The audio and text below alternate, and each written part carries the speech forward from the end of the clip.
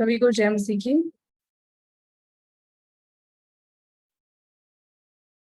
तो आज मौसम काफी अच्छा है।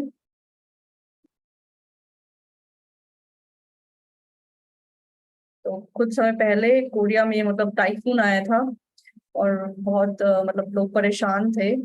लेकिन अब ऐसा लगता है कि कब ऐसा था, मतलब एकदम से मौसम इतना अच्छा हो गया है। तो हमारा जीवन भी बिल्कुल ऐसा ही है, हमारे जीवन में मुश्किलें भी आती हैं और मतलब बुरे दिन भी आते हैं, और उसके बाद अच्छे दिन और खुशी के दिन भी आते हैं। तो अगर हमारे जीवन में हमेशा मतलब खुशी हो, मतलब हमेशा अच्छी चीजें हो, तो मुश्किलें ना हो, परेशानियां ना हो।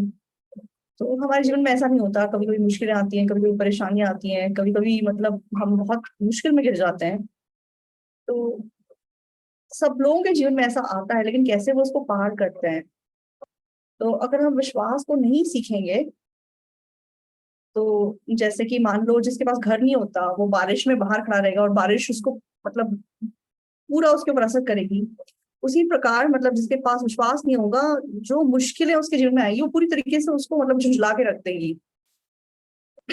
लेकिन जिसके पास विश्वास होता है, तो जिस प्रकार कोई व्यक्ति टाइफून का सामना करे, लेकिन अगर वो एक सुरक्षित जगह पे हो तो टाइफून पे वो असर नहीं करेगा। और बारिश अगर कितनी भी तेज क्यों ना आए, अगर वो घर के अंदर है तो उस पर वो असर नहीं करेगी। उसी प्रकार तो मतलब आज जैसा अच्छा दिन है, लेकिन आप लोग घूमने फिरने नहीं गए, चर्च आए हैं, बहुत अच्छी बात है। तो आप लोग यहाँ बैठे हैं, तो मुझे ऐसा ऐसा लगता है कि आप बहुत आशीषित हैं। तो आज हम यहोशू की किताब को देखेंगे। यहोशू 3 अध्याय 1 से लेके 17 से हम पढ़ेंगे। 1 से लेके 17 तक हम पढ़ेंगे। यहोशू सवेरे उठा और सब इस्राएलियों को साथ ले से कूच कर यरदन के किनारे आया, और वे पार उतरने से पहले वहीं टिक गए। और 3 दिन के बाद सरदारों ने छावनी के बीच जाकर प्रजा के लोगों को यह आज्ञा दी, जब तुमको अपने परमेश्वर यहोवा की वाचा का संदूक और उसे उठाए हुए लेवीय याजक भी देख पड़े, तब अपने स्थान से कूच करके उसके पीछे पीछे चलना। परंतु उसके और तुम्हारे बीच में 2000 हाथ के लगभग अंतर रहे। तुम संदूक के निकट ना जाना, ताकि तुम देख सको कि किस मार्ग से तुमको चलना है, क्योंकि अब तक तुम इस मार्ग पर होकर नहीं चले। फिर यहोशू ने प्रजा के लोगों से कहा, तुम अपने आप को पवित्र करो, क्योंकि कल के दिन यहोवा तुम्हारे मध्य में आश्चर्य कर्म करेगा। तब यहोशू ने याजकों से कहा, वाचा का संदूक उठाकर प्रजा के आगे आगे चलो। तब वे वाचा का संदूक उठाकर आगे आगे चले। तब यहोवा ने यहोशू से कहा, आज के दिन से मैं सब इस्राएलियों के सम्मुख तेरी प्रशंसा करना आरंभ करूंगा, जिससे वह जान ले कि जैसे मैं मूसा के संग रहता था, वैसे ही मैं तेरे संग भी हूँ। और तू वाचा के संदूक उठाने वाले याजकों को यह आज्ञा दे, जब तुम यरदन के जल के किनारे पहुंचो, तब यरदन में खड़े रहना। तब यहोशू ने इस्राएलियों से कहा, पास आकर अपने परमेश्वर यहोवा के वचन सुनो। और यहोशू कहने लगा, इससे तुम जान लोगे कि जीवित ईश्वर तुम्हारे मध्य में है, और वह तुम्हारे सामने से निसंदेह कनानियों, हित्तियों, हिब्बियों, परिज्जियों, गिर्गाशियों, एमोरियों और यबूसियों को उनके देश में से निकाल देगा। सुनो, पृथ्वी भर के प्रभु की वाचा का संदूक तुम्हारे आगे आगे यरदन में जाने पर है। इसलिए अब इस्राएल के गोत्रों में से 12 पुरुषों को चुन लो। वे एक एक गोत्र में से एक एक पुरुष हों, और जिस समय पृथ्वी भर के प्रभु यहोवा की वाचा का संदूक उठाने वाले याजकों के पांव यरदन के जल में पड़ेंगे, उस समय यरदन का ऊपर से बहता हुआ जल थम जाएगा और ढेर होकर ठहरा रहेगा। इसलिए जब प्रजा के लोगों ने अपने डेरों से यरदन पार जाने को कुछ किया और याजक वाचा का संदूक उठाए हुए प्रजा के आगे आगे चले, और संदूक के उठाने वाले यरदन पर पहुंचे, और संदूक के उठाने वाले याजकों ने पांव यरदन तीर के जल में डूब गए। यरदन का जल तो सटने के समय सब दिन अपने तट के ऊपर ऊपर बहा करता है। तब जो जल ऊपर की ओर से बहा आता था, वह बहुत दूर अर्थात आदाम नगर के पास जो सारतान के निकट से रुक कर एक ढेर हो गया और दीवार सा उठा रहा, और जो तल अराबा का तल जो खरा तला ही कहलाता है, उसकी ओर बहा जाता था, वह पूरी रीति से सूख गया। और प्रजा के लोग यरीहो के सामने पार उतर गए, और याजक यहोवा की वाचा का संदूक उठाए हुए यरदन के बीचों बीच पहुंचकर स्थल पर स्थिर खड़े रहे। और सब इजरायली स्थल ही स्थल पर उतरते रहे।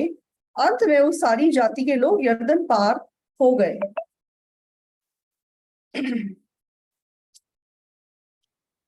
17 वचन तक पढ़ा।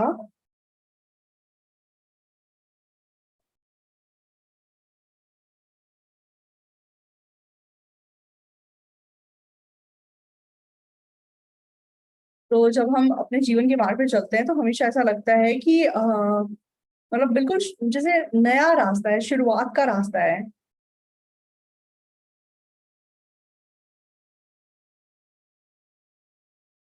तो बाइबल में लिखा है कि मतलब जो क्या कहते हैं, यर्दन का मार्ग है, क्योंकि वो बिल्कुल नया मार्ग है, इसलिए मतलब क्या कहते हैं, याजक आगे आगे जाएंगे।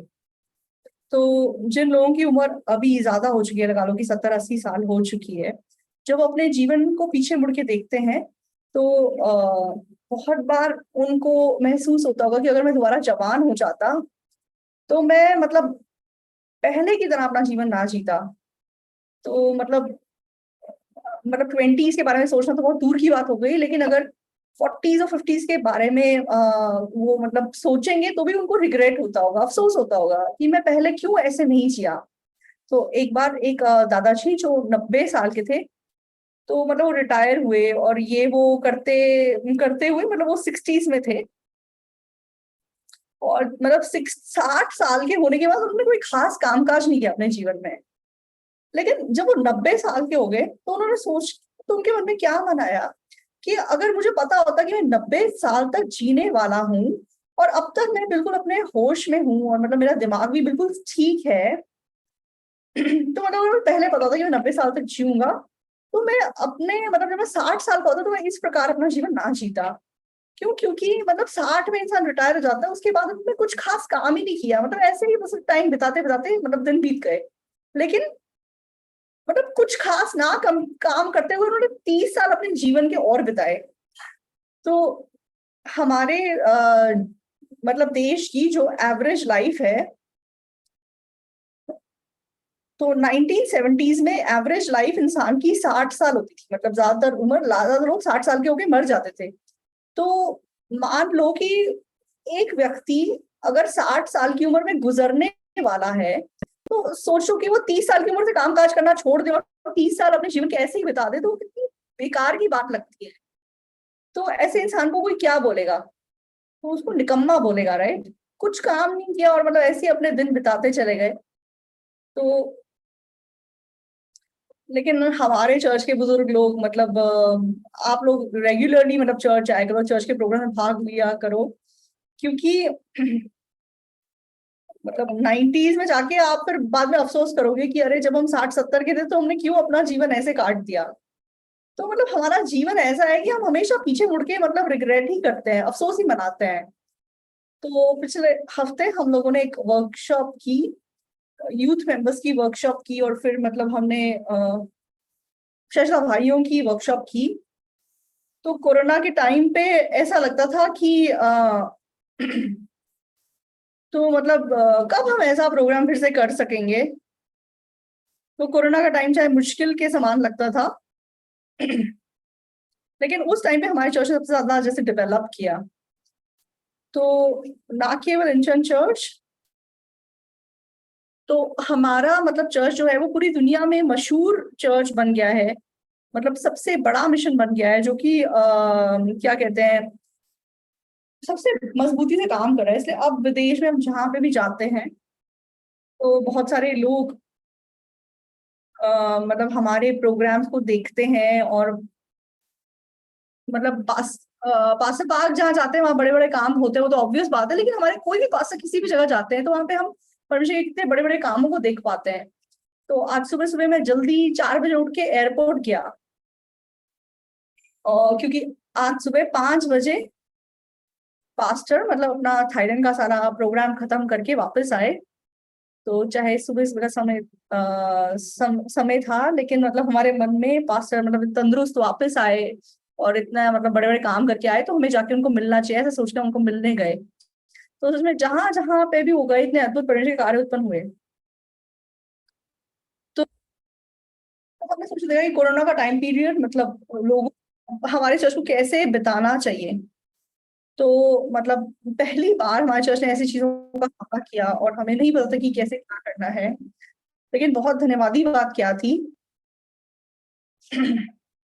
तो चाहे मतलब दोबारा कोरोना का टाइम हमारे जीवन में आ जाए, लेकिन हम मतलब अब क्या सोच के देखते हैं कि हमारा मिशन उस समय को अच्छी तरह बिता सकता है, क्योंकि हमारे मिशन ने कोरोना का पीरियड इतने अच्छे से बिताया है। तो मैंने क्यों ऐसा सोचा, तो शायद भाइयों की जब वर्कशॉप कर रहे थे, मतलब यूथ जब वर्कशॉप कर रहे थे, तो वहां पे क्वेश्चन आंसर का टाइम था। तो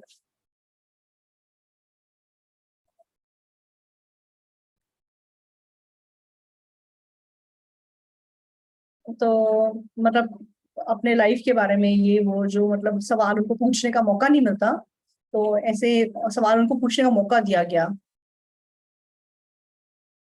तो किसी ने मुझे क्या सवाल पूछा, मान लो पास्टर, अगर आप दोबारा यूथ पीरियड में वापस जाते हैं तो आप क्या करना चाहते हैं या आप कैसे जीना चाहते हैं। तो मैंने मतलब लंबा टाइम उसके बारे में तो नहीं सोचा, लेकिन इस बारे में एक्चुअली मैंने एक बार सोच के देखा हुआ है। तो मैंने कहा कि अगर मैं दोबारा अपने मतलब यूथ पीरियड में वापस जाऊं तो मैं कैसे अपना जीवन जीऊंगा, तो मतलब कैसे जीना सबसे अच्छे तरीके से जीना है। तो मैंने एक बार उस बारे में सोच के देखा हुआ है। तो तो अगर मैं अपने 20s में लाइक वापस में जाता हूँ, तो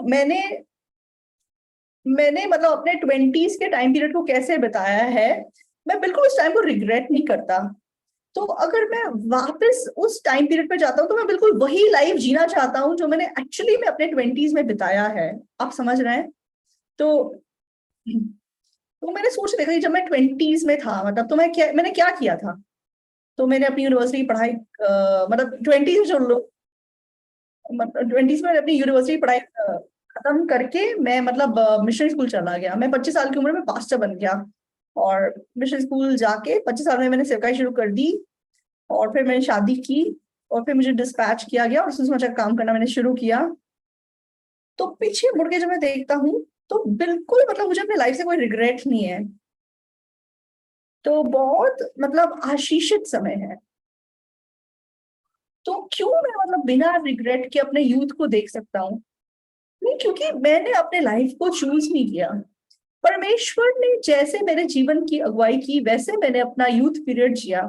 तो अब जब मैं पीछे मुड़ के देखता हूँ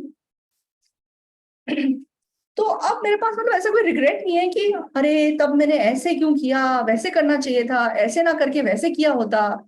तो ऐसी मतलब अफसोस की बातें मेरे जीवन में एक भी नहीं है। तो मतलब मुझे स्टूडेंट से पूछा कि अगर आप दोबारा यूथ पीरियड में लौट के जाएंगे तो आप क्या करेंगे, तो आप कैसा जीवन जिएंगे।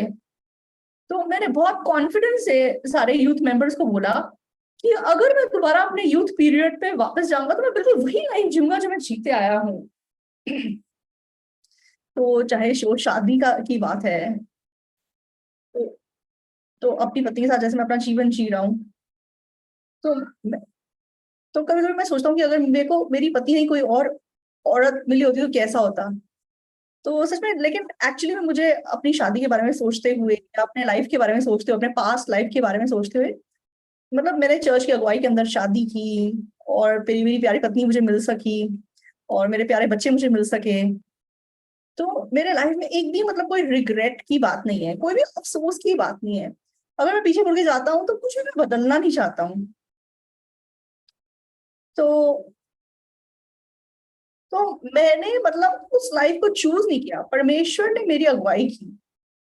तो इजराइलियों को मतलब यहाँ पे परमेश्वर क्या बोलते हैं, यहोशू 3 के 4 को अगर आप देखते हैं, परंतु उसके और तुम्हारे बीच में 2000 हाथ के लगभग अंतर रहे, तुम संदूक के निकट ना जाना, ताकि तुम देख सको कि किस मार्ग से तुमको चलना है, क्योंकि अब तक तुम इस मार्ग पर होकर नहीं चले।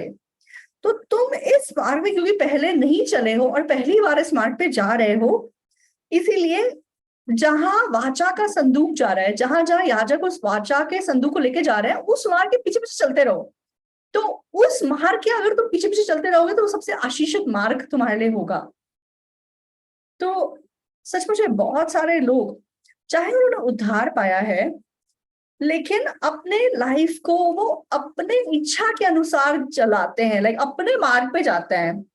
तो इजरायली चाहे मिस्र से बाहर आ गए, तो याजकों के पीछे पीछे चलने की बजाय वो मतलब अपनी इच्छा, अपने मन के पीछे भी जा सकते हैं, लेकिन अपने मन के पीछे अगर वो जाएंगे आगे चल के वो जरूर रिग्रेट करेंगे, जरूर वो पछताएंगे। जैसे बाइबल में क्या लिखा है, रूथ की किताब में क्या लिखा है, तो नाओमी ने बेथलेहम को छोड़ दिया जो कि परमेश्वर की नियुक्त जगह थी, और वो मोआब को चली गई। लेकिन जो बाकी इजरायली थे वो बेथलेहम में ही रहे, वो इजराइल में ही रहे। तो केवल नाओमी अकेली अपने हिसाब से एक अच्छे मार्ग पे चली गई, लेकिन अंत में बर्बाद कौन हुआ? केवल नाओमी बर्बाद हुई। उसका पति भी मर गया, उसके दोनों बेटे भी मर गए, और वो 3 विधवाएं रह गई। तो बेथलेहम को जब वो लौट के गई, तो एक बहू उसकी मतलब अपने लोगों के पास लौट गई, केवल रूथ अपनी मतलब सास के पीछे पीछे गई। तो वापस आने के बाद नाओमी क्या बोलती है, वो कहती है मुझे नाओमी मत कहो, मुझे मारा कहो। नाओमी का अर्थ मतलब खुशी है, मतलब मैं बहुतायत के साथ गई थी और मैं खाली होकर वापस आई हूँ। तो तुम मुझे नाओमी मत कहो, मुझे मारा कहो। क्यों उसके जीवन का मार्ग ऐसा हो गया? क्योंकि अपने अच्छे मार्ग पे चाहे वो गई, अपने मार्ग को चुनकर चाहे वह गई, लेकिन उसका जीवन ऐसा हो गया। आत्मिक जीवन जीना क्या है? तो आत्मिक जीवन हम किसी और के लिए नहीं जीते हैं। तो माँ बाप बहुत बार बच्चों को ऐसी ही बात बोलते हैं, बच्चों पढ़ाई करो, पढ़ाई करो, अपने लिए पढ़ाई करो, हमारे लिए पढ़ाई मत करो। तो आत्मिक जीवन भी बिल्कुल वही है। तो सुसमाचार के लिए, परमेश्वर के लिए, कलीसिया के लिए आत्मिक जीवन नहीं है। परमेश्वर ने आत्मिक जीवन का मार्ग मेरे लिए दिया है। मेरे लिए जो सबसे बेहतरीन मार्ग है वो आत्मिक जीवन का मार्ग है। परमेश्वर जानता है कि अगर हम इस मार्ग पे चलेंगे तो हमारा जीवन कभी भी मतलब क्या कहते हैं, पछतावे से भरा हुआ नहीं होगा। तो मेरे जीवन का जो मतलब यूथ पीरियड था, जब मैं जवान था, अगर मैं उस पीरियड पे लौट के जाता हूँ तो मेरे लाइफ में मतलब ऐसा कुछ भी नहीं है कि मैं सोचता हूँ कि हाँ मैंने ऐसे ना करके वैसा किया होता तो बहुत अच्छा होता, ऐसे क्यों किया, वैसे करना चाहिए था। तो तो तो मेरे जीवन के मार्ग में जब मैं लौट के जाके देखता हूँ, तो मैंने बहुत ही आशीषित अपने जवानी का समय बिताया है, और मेरा पिछला जीवन सच में बहुत आशीष से भरा हुआ था। तो बिल्कुल जिस प्रकार इजरायली उस मार्ग पे अगर चलेंगे, याजकों के पीछे पीछे चलने का मार्ग, परमेश्वर के बादशाह के संदूक के पीछे चलने का मार्ग, वो जीवन उनके लिए सबसे आशीषित आशीषित मार्ग है, आशीषित जीवन है। लेकिन जब मैं 20s में था तब मैंने ऐसा सोचा नहीं था। तो 20s में मैं मतलब ये वो करना चाहता था, इधर उधर जाना चाहता था। तो ये जो आत्मिक जीवन है, मुझे ऐसा लगता था कि ये मेरे मार्ग में जैसे एक पत्थर है, मतलब मेरे लिए एक क्या कहते हैं, एक रास्ते का पत्थर है जो मुझे आगे बढ़ने से रोक रहा है। तो मुझे खुशी है कि मैंने जल्दी उद्धार पाया। तो उद्धार पाने के थोड़े टाइम के बाद, मैंने 18 साल की उम्र में उद्धार पाया था। उद्धार पाने के बाद तो मुझे ऐसा लगता था कि संडे एक बार चर्च चले जाओ तो उतना काफी है। लेकिन जब मैं चर्च जाने लगा, तो यहाँ पे मतलब ऐसा नहीं था कि सिर्फ संडे को चर्च जाना है। तो अपने पूरे लाइफ को जैसे लाइक चर्च को देना पड़ेगा, पूरा लाइफ लाइक चर्च के साथ एक हो जाएगा। तो तब मेरे मन में एक मतलब एक गाना था, मेरा जीवन मेरा है, मेरी लाइफ मेरी है। तो मैंने सोचा कि ये क्या मतलब होता है, मेरा कोई लाइफ ही नहीं है, मतलब बस चर्च में जाते रहो। तब मैंने ऐसा सोचा।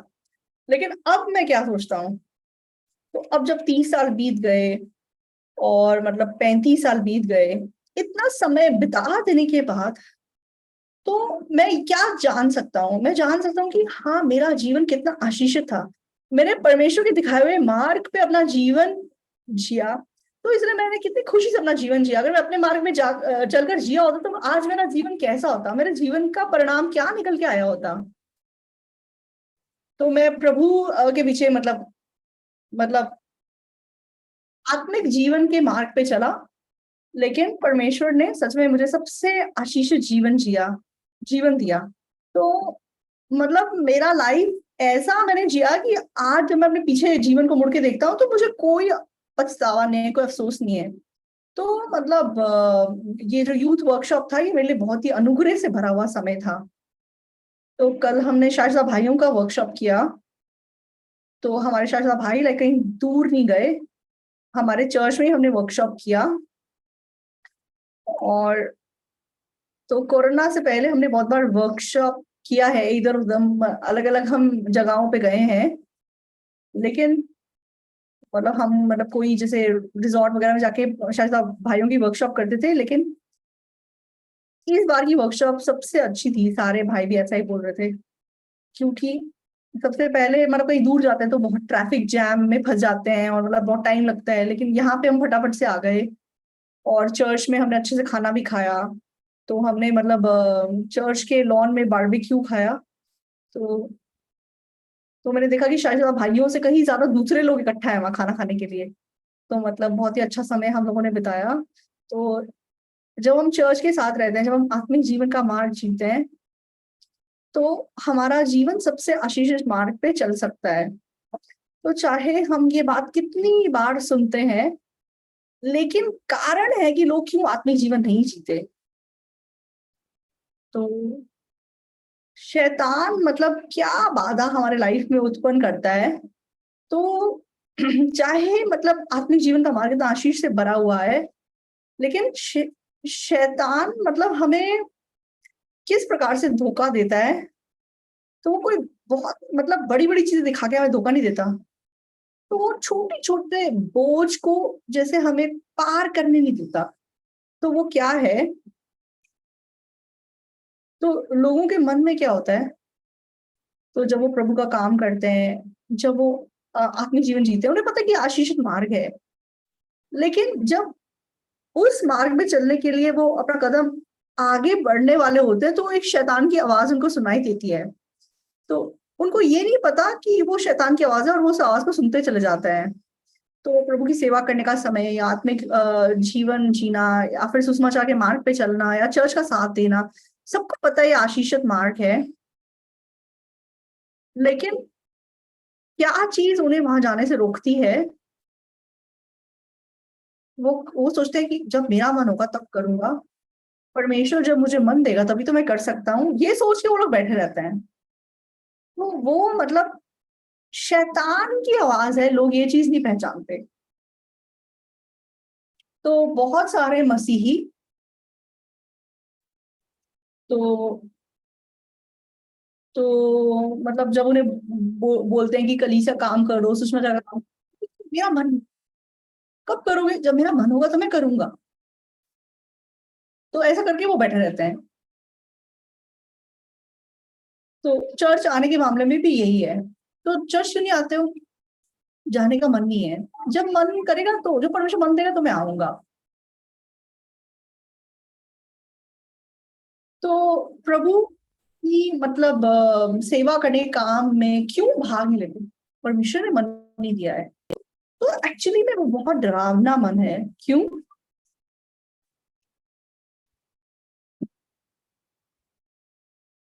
तो अगर इसी को बोला जाए, तुमने तुमने क्यों पापों की क्षमा नहीं पाई। हाँ, परमेश्वर जब मेरे पाप धोएगा तब मेरे पाप धुलेंगे, क्या ये सही बात है।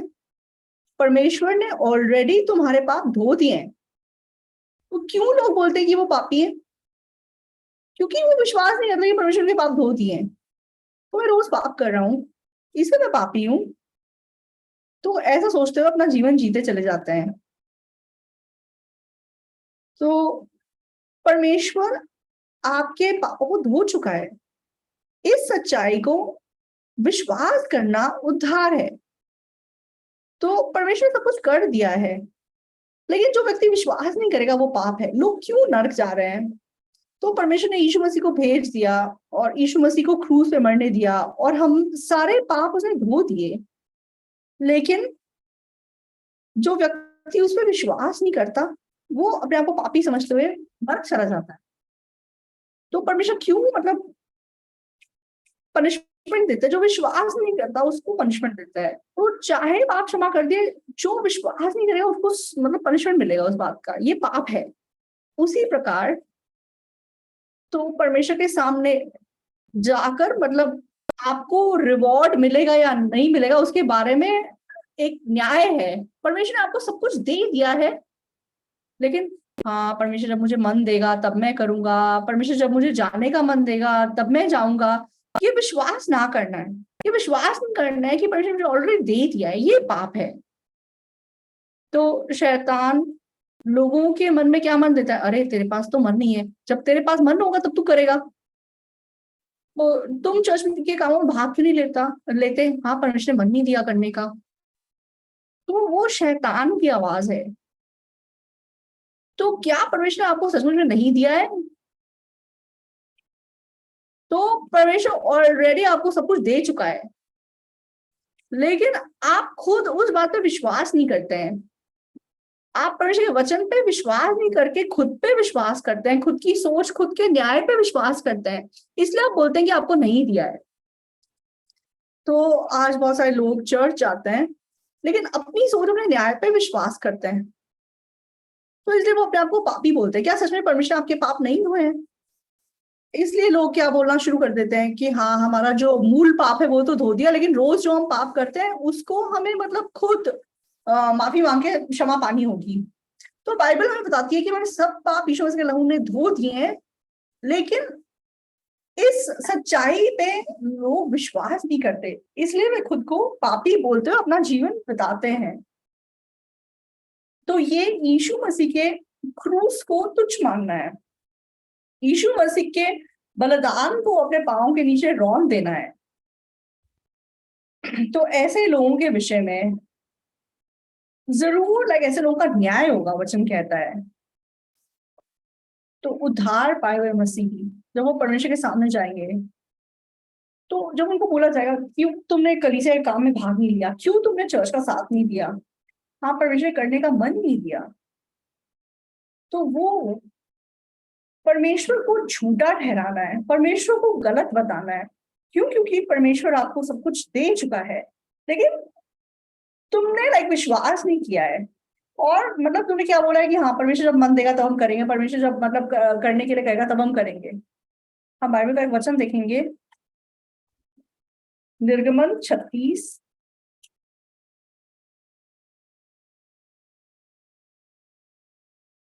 36 का 1।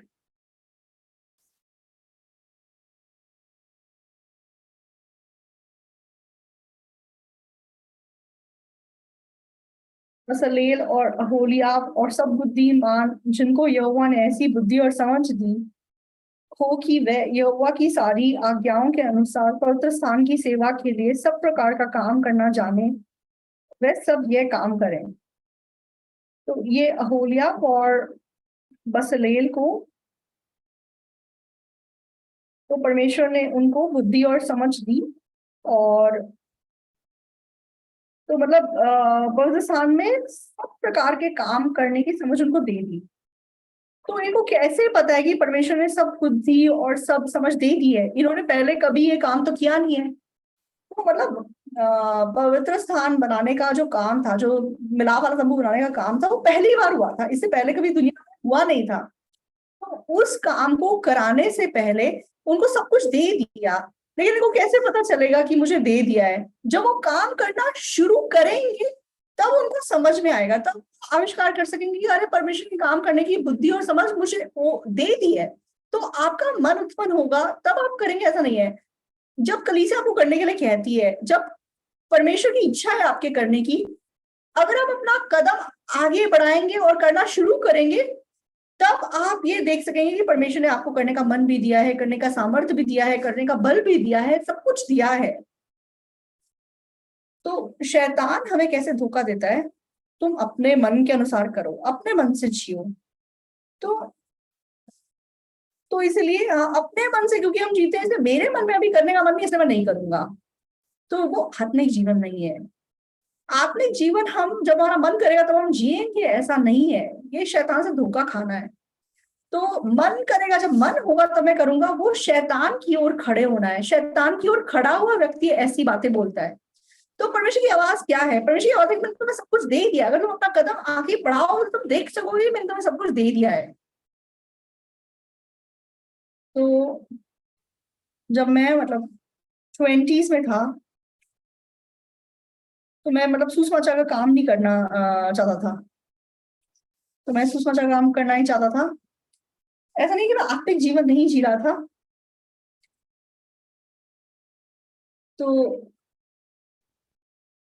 तो मैं सोचता था कि सब लोग अगर मिशनरी स्टूडेंट चले जाएंगे तो फिर चर्च का बाकी काम कौन करेगा। तो मैंने कहा कि ठीक है, बाकी लोग तो मिशनरी स्कूल जाते हैं, लेकिन मैं तो मतलब पीछे से नौकरी करूंगा और पैसों से कलीसिया की सेवा करूंगा, और मैं ऐसे जीना चाहता था।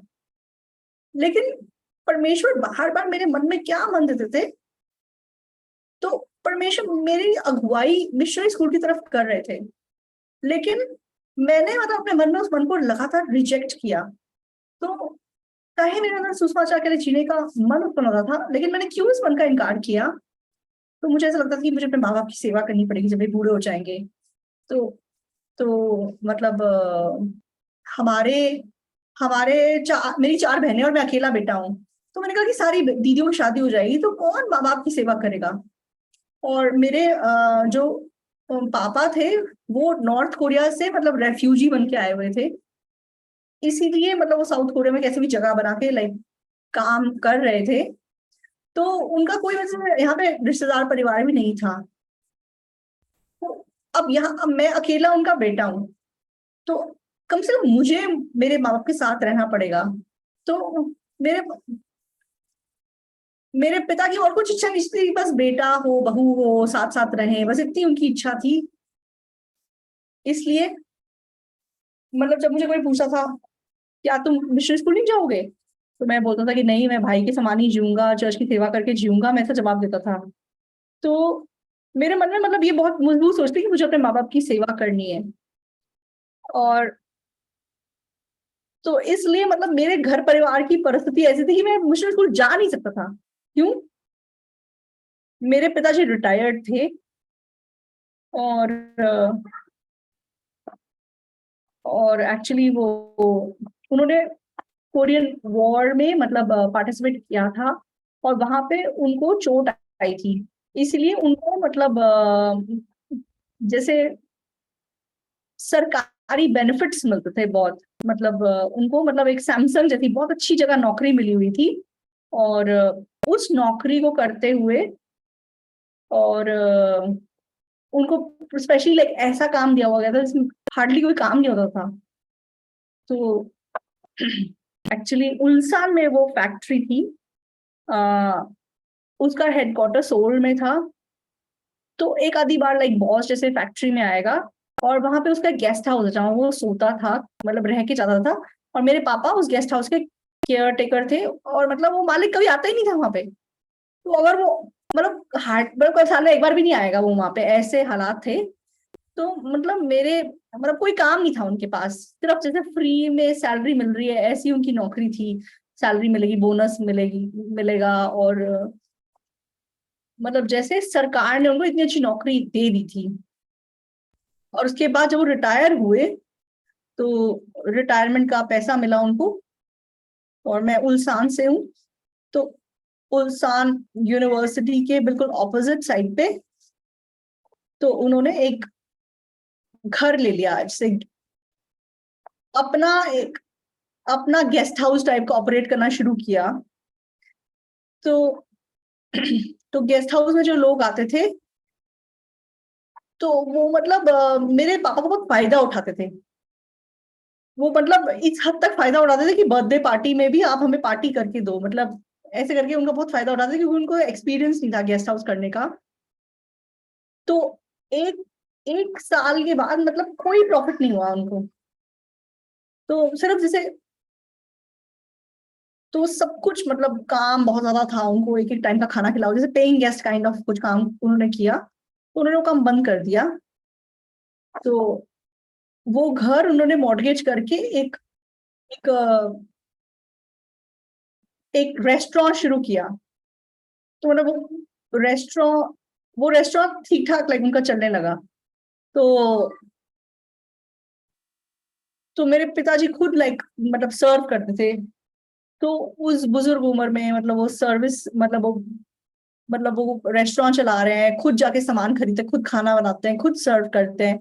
तो उस जमाने में मतलब गाड़ियां वगैरह भी नहीं होती थी। तो तो क्या कहते हैं वो लोग, आसपास के रेस्टोरेंट के सारे लोग साथ साथ लाइक सामान खरीदने जाते थे और एक ट्रक में सारा सामान ले आते थे। और फिर वो ट्रक से मतलब वो सामान हमारे रेस्टोरेंट में आता था। तो मतलब मेरी मेरी माँ मतलब इतनी, उनकी मतलब तबीयत खराब हुई, इतना भारी भरकम काम कर करके वो बहुत बाबा हॉस्पिटल जाती थी। और मतलब वो रेस्टोरेंट में मतलब जैसे रामेयन गुक्सु ऐसी चीजें बेचते थे। तो मेरे पिताजी वेटर का काम करते थे रेस्टोरेंट में, चाहे उनका खुद का रेस्टोरेंट था। तो ऐसे हालात में मैं माँ बाप को छोड़ के मिशनरी स्कूल चला जाऊं, मैं बिल्कुल मतलब मैं सोचता था कि ऐसे मैं कैसे कर सकता हूँ, तो मैं सोचता था कि मैं नहीं जाऊंगा। लेकिन एक दिन, तो तब मैं कॉलेज में पढ़ाई कर रहा था, तो जब मैं कॉलेज से वापस आया, तो मैंने देखा कि मेरी माँ बेहोश हो गई है। और और मतलब वो कमरे में ऐसे लेटी हुई थी। तो मैं देख के बहुत हैरान हो गया।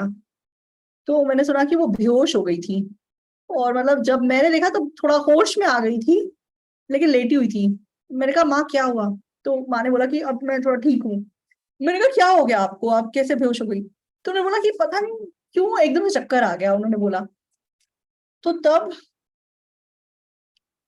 तो तब मतलब उस पॉइंट पे परमेश्वर ने जैसे मेरे मन की उस सोच को तोड़ दिया कि मुझे अपने माँ बाप की सेवा करनी है।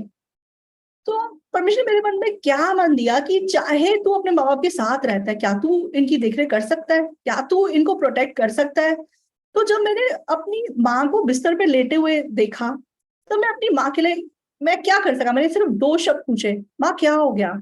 इसके अलावा मैं अपनी माँ को क्या बोल सकता हूँ या अपनी माँ के लिए क्या कर सकता हूँ?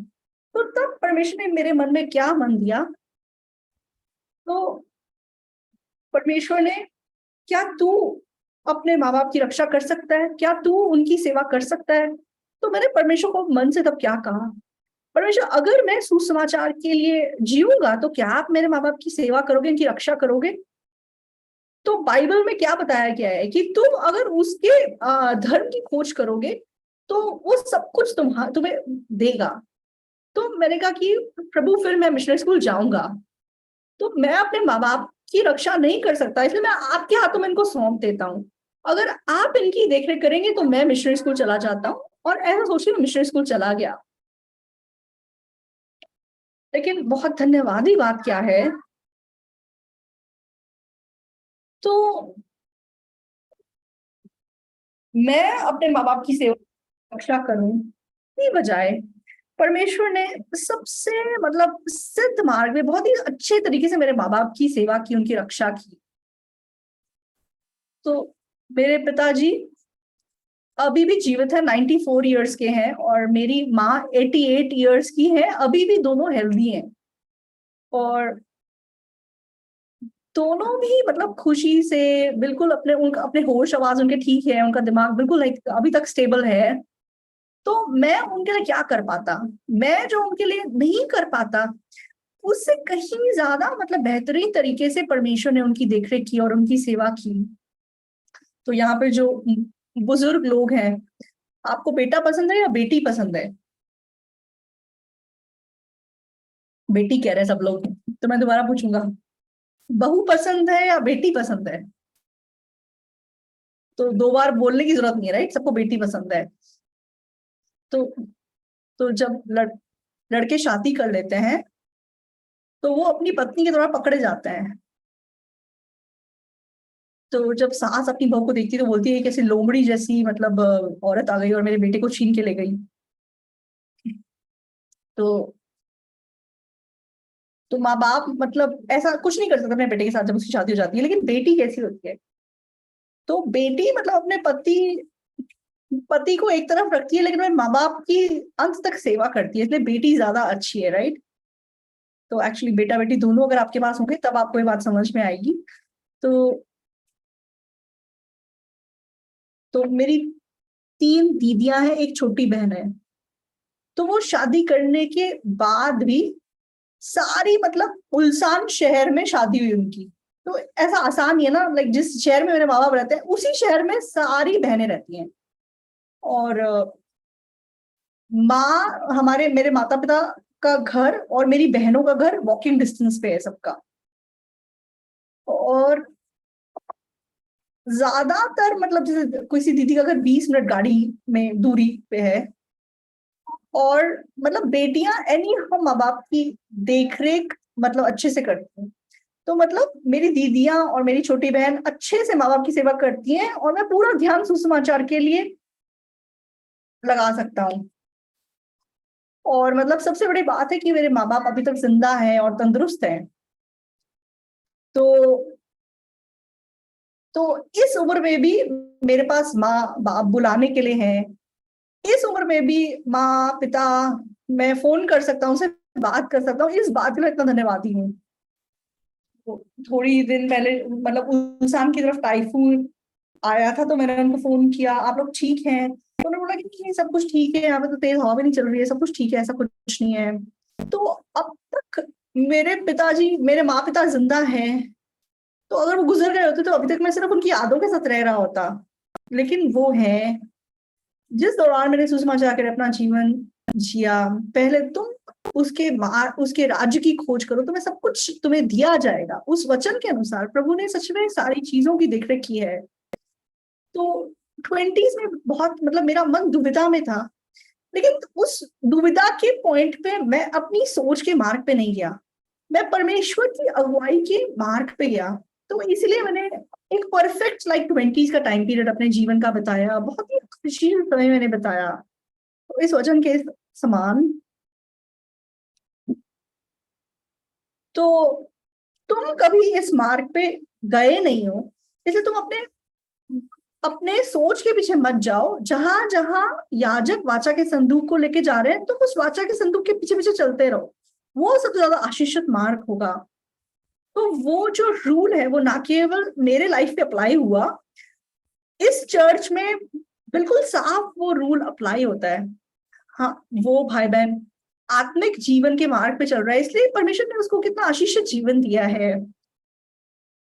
हाँ, वो भाई वो बहन अगर आत्मिक जीवन के मार्ग पे चलता तो कितना उनका जीवन आशीषित होता। तो ये रूल आज भी आप सबके लाइफ पे अप्लाई होता है।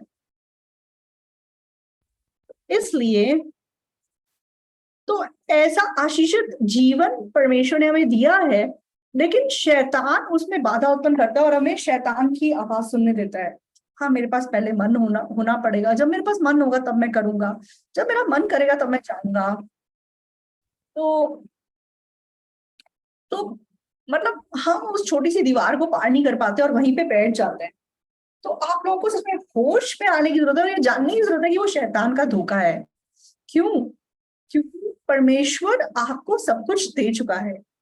तो कब आप उसको मतलब अनुभव करेंगे, कब आप उसको समझ सकेंगे? जब अपना कदम आगे बढ़ाएंगे। तो जब मैं 20s में सुसमाचार के मार्ग पे चल रहा था तो मुझे बोझ लग रहा था, मुझे ऐसा लग रहा था कि मुझे अपने माँ बाप की सेवा करनी पड़ेगी। और मुझे मतलब मेरे बूढ़े माँ बाप रेस्टोरेंट चलाते थे, तो मैं सोचता था अपने माँ बाप को ऐसी हालत में छोड़ के मैं कैसे मतलब मिशन स्कूल चला जाऊं, मैं ऐसा सोचता था, मैं नहीं कर सकता था।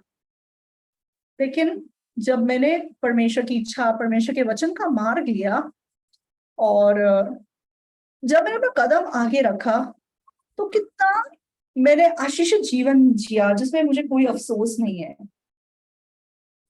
तो आप लोगों के जीवन के मार्ग पे भी, तो यहोशू 3 अध्याय आपके जीवन का एक टर्निंग पॉइंट हो सकता है।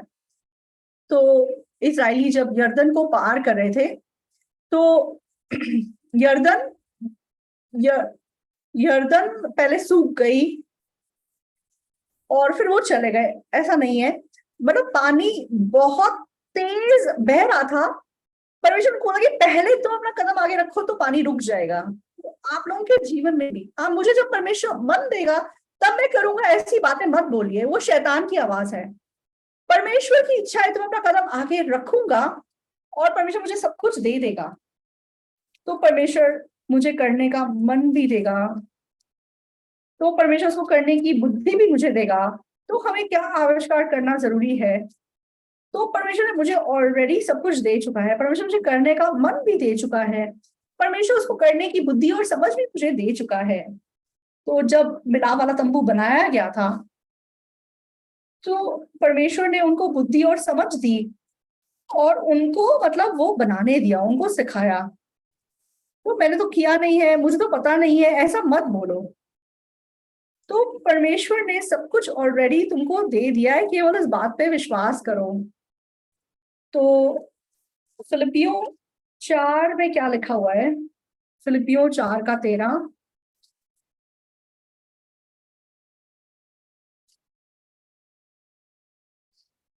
फिलिपियों 4 का 13 वचन।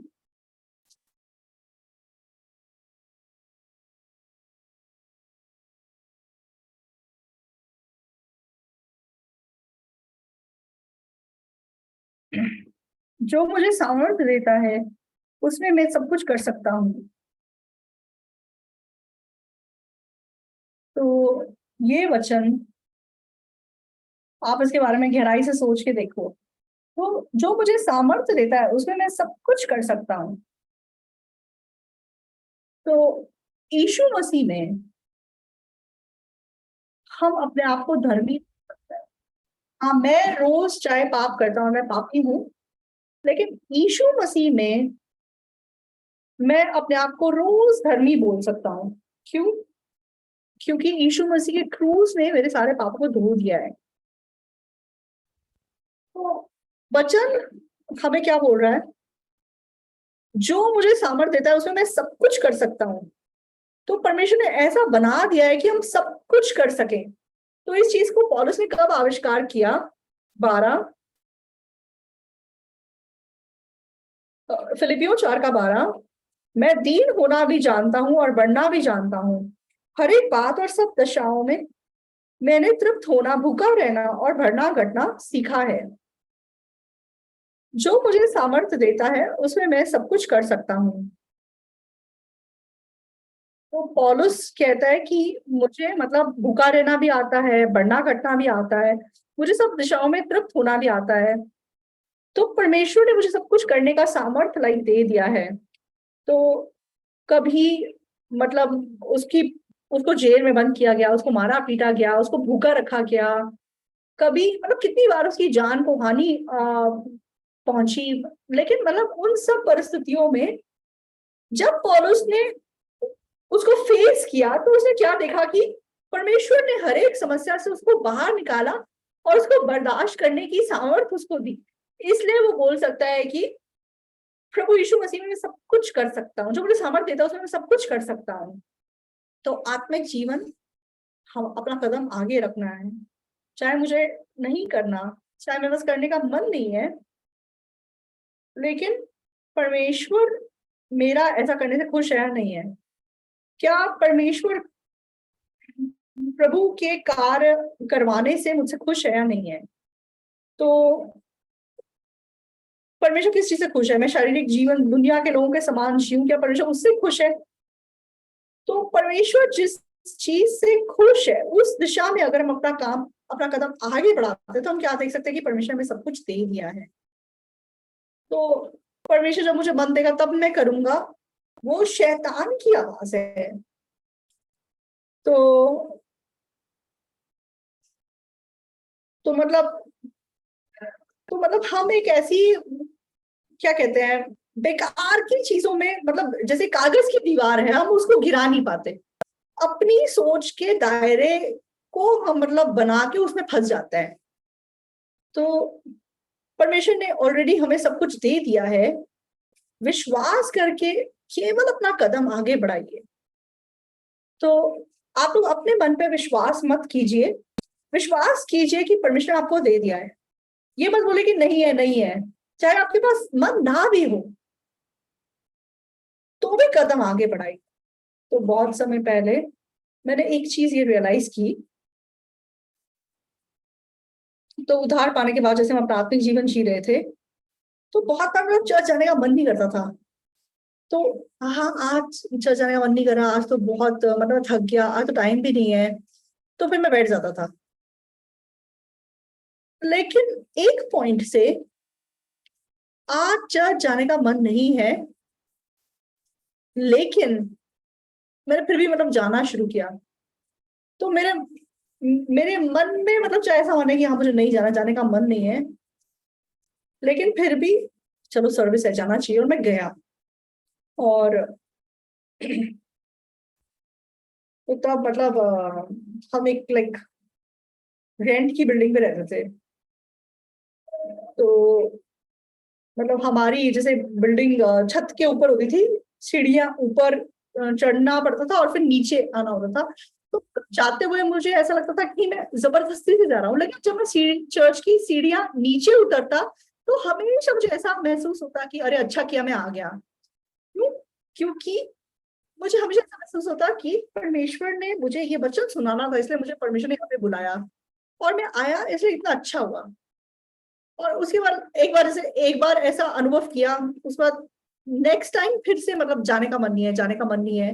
लेकिन मुझे वो पुराना इंसिडेंट याद आता है कि पिछली बार भी मेरा जाने का मन नहीं था, लेकिन जब मैं वापस आया तो मैं बहुत खुश होके वापस आया था।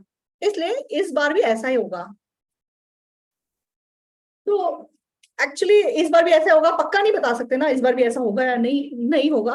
लेकिन फिर भी हर बार जब मैंने अपनी सोच को नीचे रखा और मैं चर्च अपनी अपने मन को तोड़ के गया, तो परमेश्वर जरूर मेरे मन में खुशी का मन दिया।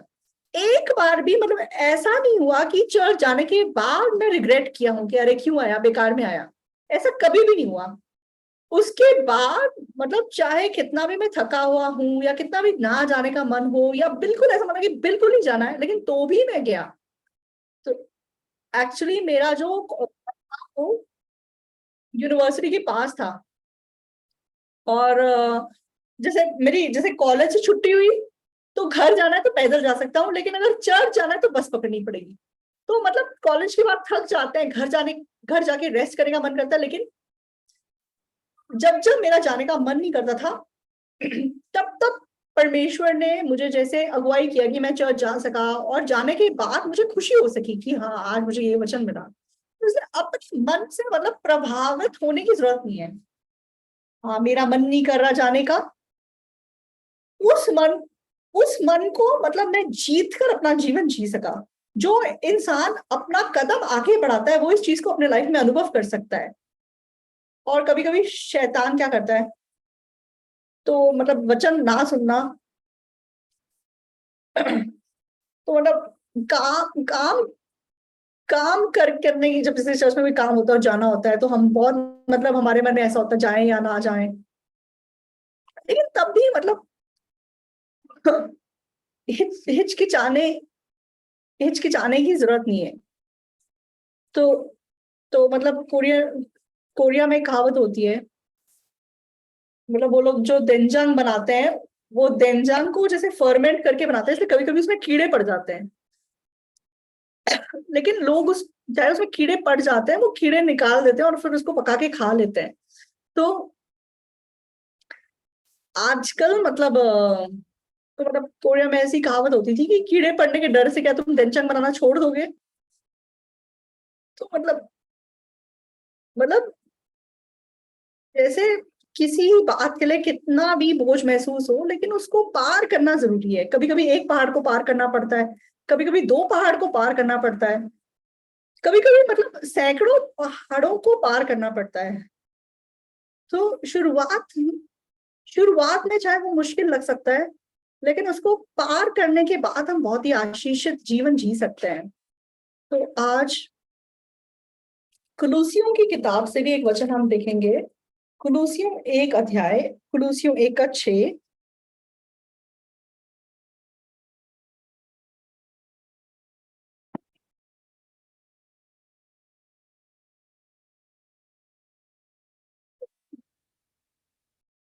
तो कुलूसियों 1 अध्याय 6,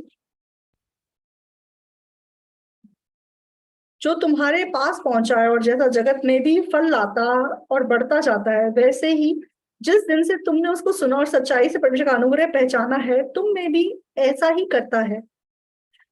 तो यहाँ लिखा है कि सुसमाचार तुम्हारे पास ऑलरेडी पहुंच चुका है।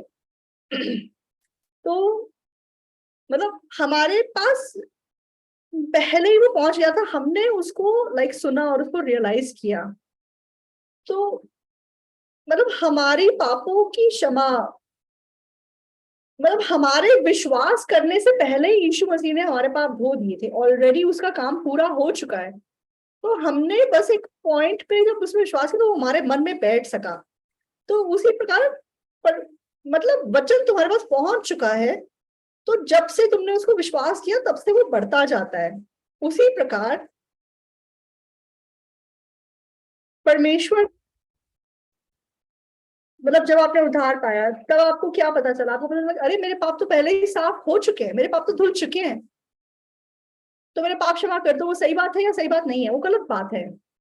हाँ, मेरे पाप ऑलरेडी क्षमा हो चुके हैं, इस पर विश्वास करना है, तो मेरे पाप क्षमा कर दो, वो गलत बात है। उसी प्रकार परमेश्वर ने मुझे मन दे दिया है, सुसमाचार के लिए जीने का मन दे दिया है। तो परमेश्वर मुझे जब मन देगा तब मैं जीऊंगा, वो गलत बात है। परमेश्वर जब मेरे पाप धोएगा, वो गलत बात है। तो परमेश्वर ने हमारे पापों को धो दिया है। जब हम इसको रियलाइज करते हैं तब से हम बढ़ते चले जाते हैं। हाँ, तो ऑलरेडी परमेश्वर ने हमें सुसमाचार दे दिया है। तो आत्मिक जीवन जीने का मन, आत्मिक जीवन जीने की समझ, कलीसिया का काम करने की ताकत, प्रभु का कार्य करने का सामर्थ, सब कुछ आपको दे दिया है, दे दिया गया है। तो जब आप उसको सुनते हैं और आप विश्वास करते हैं कि हाँ प्रभु ने ये सब कुछ मुझे दे दिया है, तो आज आप उसको रियलाइज करें और उस पर विश्वास करें, तब आप उसमें फल उत्पन्न कर सकेंगे और बढ़ सकेंगे। तो अगर आप रोज बोलेंगे कि हमारे पाप धो दो, तो आप मतलब 10 साल 20 साल भी चर्च जाएंगे तभी आप नर जाएंगे। उसी उसी प्रकार अगर आप विश्वास नहीं करेंगे परमेश्वर ने सामर्थ्य दे दिया है, तो आप बिना फल का आत्मिक जीवन जिएंगे। तो कुलूसियों की किताब में लिखा है कि जो तुम्हारे पास पहुंचा है और जैसा जगत में भी फल लाता है और बढ़ता जाता है, तो ये आत्मिक जीवन के विषय में भी ये बात लागू होती है। परमेश्वर ने आपको आत्मिक जीवन जीने का मन दे दिया है, समझ दे दी है, सामर्थ्य दे दी है। तो जिस प्रकार परमेश्वर ने आपको सुसमाचार दिया है, उसी प्रकार परमेश्वर ने आपको उसका कार्य, उसका काम करने का मन भी दिया है, ताकत भी दी है। तो आपको मतलब इस बात को रियलाइज करके बढ़ते चले जाना है। तो जब भी आपके मन में ऐसा मन आता है कि हाँ जब परमेश्वर मुझे मन देगा तब मैं करूंगा, तो आप ये याद रखिए कि शैतान आपको धोखा दे रहा है। तो ये एक प्रकार से शरीर के लिए हम शरीर को मौका देना चाहते हैं, इसलिए हम ऐसी बात बोलते हैं, और एक प्रकार से ये परमेश्वर के सुसमाचार का विरोध करने की बात है। हाँ, परमेश्वर मन देगा तो मैं करूंगा, परमेश्वर जब जाने का मन देगा तो मैं करूंगा, तो परमेश्वर मुझसे करवाएगा तब मैं करूंगा, ऐसी बात आप कभी मत बोलिए। वो बिल्कुल किसी प्रकार की बात है कि हाँ जब परमेश्वर मेरे पाप धोएगा तब मेरे पाप धुलेंगे। परमेश्वर हमारे पाप ऑलरेडी धो चुका है, तो कैसे बोल सकते हैं कि परमेश्वर जब मेरे पाप धोएगा तब मेरे पाप धुलेंगे? बिल्कुल नॉनसेंस बात है। उसी प्रकार परमेश्वर ने आपको मन दे दिया है, तो आप कैसे बोल सकते हैं कि परमेश्वर जब मुझे मन देगा तब मैं करूंगा? तो हाँ, जब चर्च जाने का मन परमेश्वर मुझे देगा तब मैं चर्च जाऊंगा, परमेश्वर ऑलरेडी आपको मन दे चुका है। तो जिस प्रकार परमेश्वर ने हमें सुसमाचार दिया, परमेश्वर ने हमें मन भी दे दिया और करने की समझ और ताकत और सामर्थ्य भी दे दिया है। तो परमेश्वर ने हमें सब कुछ दे दिया है, हमें केवल विश्वास करना है, विश्वास करके अपना कदम आगे रखना है। तो जब जब मतलब यर्दन यर्दन को उन्होंने तब पानी के, जब पानी बट गया, जब उन्होंने अपना कदम आगे रखा तब पानी मतलब बट गया। तो आप भी अपना कदम आगे बढ़ा के देखिए, तब आप सच में एक आशीषित जीवन दे जी सकेंगे, फल उत्पन्न करने वाला जीवन जी सकेंगे। नहीं तो आप बिना फल का जीवन निरंतर जिए बिना नहीं रह पाएंगे। तो शैतान बहुत ही मतलब चालाकी से हमको मतलब धोखा देता है। सुसमाचार चाहे ऑलरेडी लाइक पूरा हो चुका है, लेकिन कितना लोग चर्च जाके अपने आप को पापी बोलते हैं और पापों की क्षमा मांगते हुए अपना जीवन जीते चले जा रहे हैं। लेकिन दुख की बात यह है कि हमारे चर्च में भी कितने सारे मसीही आज ऐसी बातें बोलते हैं कि हाँ, परमेश्वर मुझे मन देगा तब मैं ऑफरिंग करूंगा, जब परमेश्वर मुझे मन देगा तब मैं चर्च जाऊंगा, जब मुझे परमेश्वर चर्च का काम करने का मन देगा तब मैं करूंगा। तो ऐसा बोलते हुए कितने सारे मसीह आज शैतान से धोखा खाकर अपना जीवन जी रहे हैं। तो जो लोग अपना कदम आगे रखते हैं तो वो बहुत खुशी से अपना जीवन जी सकते हैं। तो कलीसिया के कामों में भाग लेने वाले बहुत सारे लाइक भाई बहन हैं जो काम कर रहे हैं, जो भाग ले रहे हैं और पैसे से कलीसिया की सेवा कर रहे हैं। तो और कलीसिया के साथ एक दिशा में चलते हुए नए काम करते जा रहे हैं, और ऐसे भाई बहन सच में बहुत खुशी से अपना जीवन जी रहे हैं। तो परमेश्वर निरंतर हमारे लिए नए मार्ग खोलता चला जा रहा है, और सच में उसके अंदर परमेश्वर हमें अनगिनत खुशी देकर जीने के लिए बनाना चाहता है। तो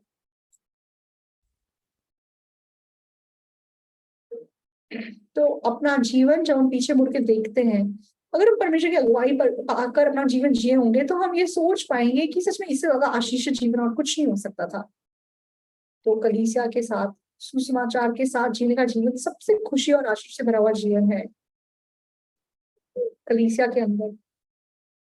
तो जो लोग मतलब कुछ लोग दुनिया में बहुत एक्टिव होते हैं, तो ऐसे लोग मतलब जब चर्च में के काम में अपना कदम आगे बढ़ाते हैं, तो फिर वो उस बात को मतलब महसूस कर सकते हैं जो पहले उन्होंने अपने जीवन में महसूस नहीं किया था। तो चर्च में मतलब चाहे आप लीडर का काम ना भी हो कर रहे हो, लेकिन मतलब साथ देना, साथ करना, तो वहां पे परमेश्वर मतलब हमें कितना मतलब आशीषित जीवन दे सकता है। तो यहोशू किताब पे हम लौट के जाएंगे, यहोशू 3 अध्याय पे।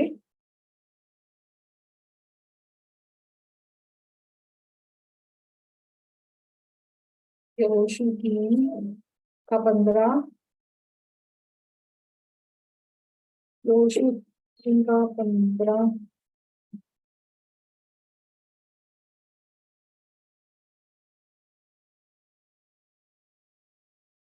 और संदूक के उठाने वाले यरदन पर पहुंचे, और संदूक के उठाने वाले याजकों ने पांव यरदन तीर के जल में डूब गए।